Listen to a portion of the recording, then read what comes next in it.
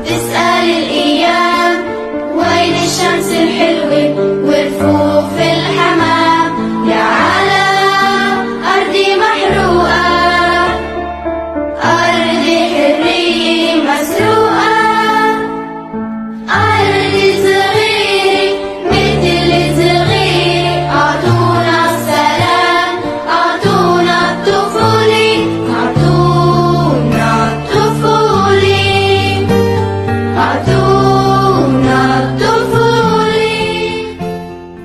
Palestina, negara pertama yang mengakui kemerdekaan Indonesia.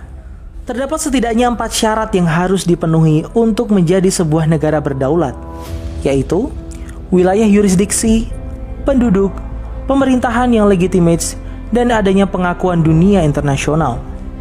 Pada saat proklamasi kemerdekaan 17 Agustus 1945, ketika Bung Karno mendeklarasikan berdirinya Republik Indonesia, kita sudah memenuhi setidaknya 3 kriteria pertama. Lalu, negara mana saja yang pertama-tama mengakui kemerdekaan Indonesia? Dalam salah satu buku ziarah sejarah mereka yang dilupakan karya Hamid Nabhan yang diterbitkan baru-baru ini, disebutkan bahwa setidaknya 10 negara pertama yang menyatakan dukungannya dan mengakui kemerdekaan Republik Indonesia adalah negara-negara Islam di kawasan Afrika dan Timur Tengah. Negara-negara tersebut adalah Palestina, Mesir, Libanon, Syria, Irak, Saudi Arabia, Yaman, juga menyusul Afghanistan, Iran, dan Turki. Dikisahkan oleh Hamid Nabhan, pada tanggal 17 Agustus 1945, bangsa Indonesia memproklamasikan kemerdekaannya, tapi dunia internasional belum ada yang mengakui kemerdekaan tersebut. Padahal, pengakuan dunia internasional adalah syarat bagi eksistensi sebuah negara. Ketika itu wilayah Indonesia sedang terjadi kekosongan kekuasaan setelah Jepang menyerah pada sekutu. Tapi di saat yang sama, pasukan sekutu akan mendarat dan membawa pasukan Belanda yang ingin berkuasa kembali di Indonesia. Maka pengakuan dunia internasional menjadi salah satu hal yang paling urgent dibutuhkan pada saat itu. Menariknya, pengakuan dari negara-negara Arab ini justru dimulai dari Palestina yang diwakili oleh Mufti Besar Bangsa Palestina, yaitu Sayyid Muhammad Amin Al-Husaini, yang diucapkan langsung dari Radio Berlin berbahasa Arab dan juga lewat harian Al-Ahram yang turut memberitakan pengakuan kemerdekaan Indonesia. Menurut Hamid Nabhan, pengakuan Palestina ini sebenarnya sudah dilakukan secara de facto setahun sebelum Indonesia merdeka, tepatnya di tahun 1944 yang bertepatan dengan janji manis yang dikeluarkan Jenderal Kuniaki Koiso, Perdana Menteri Jepang, untuk memberi kemerdekaan terhadap Indonesia. Mufti Besar Palestina Sayyid Muhammad Amin Al-Husaini adalah sosok yang mewakili Palestina memberikan pengakuan tersebut, serta menyebarluaskan berita tersebut ke seluruh dunia. Pengakuan kemerdekaan ini kemudian diikuti oleh Mesir, yang diwakili oleh Konsul Jenderal Mesir di Mumbai, India, yaitu Muhammad Abdul Mun'im, yang datang di ibu kota Republik Indonesia, Yogyakarta.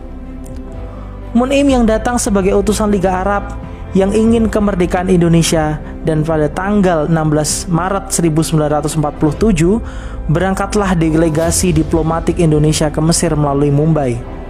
Delegasi Republik Indonesia pada saat itu adalah Haji Agus Salim sebagai ketua, Haji Muhammad Rasjidi, Nazir ST, Abdul Qadir, dan A.R. Baswedan. Dari Mesir rombongan berangkat ke Libanon, dan Libanon pun mengakui kemerdekaan Indonesia. Lalu Haji Agus Salim memerintahkan Rasjidi untuk melanjutkan misi ke Saudi Arabia, sedang A.R. Baswedan dan anggota delegasi lain diperintahkan pulang ke tanah air untuk menyerahkan dokumen dari Mesir dan Libanon. Rasjidi berangkat ke Saudi menemui Raja Abdul Aziz Al Saud dan mendapat simpati serta sambutan yang luar biasa dari kerajaan Saudi Arabia. Raja Abdul Aziz berkata, "Nahnu la nata'akhkharu." Kami tidak akan ketinggalan untuk memberikan dukungan dan pengakuan untuk Indonesia.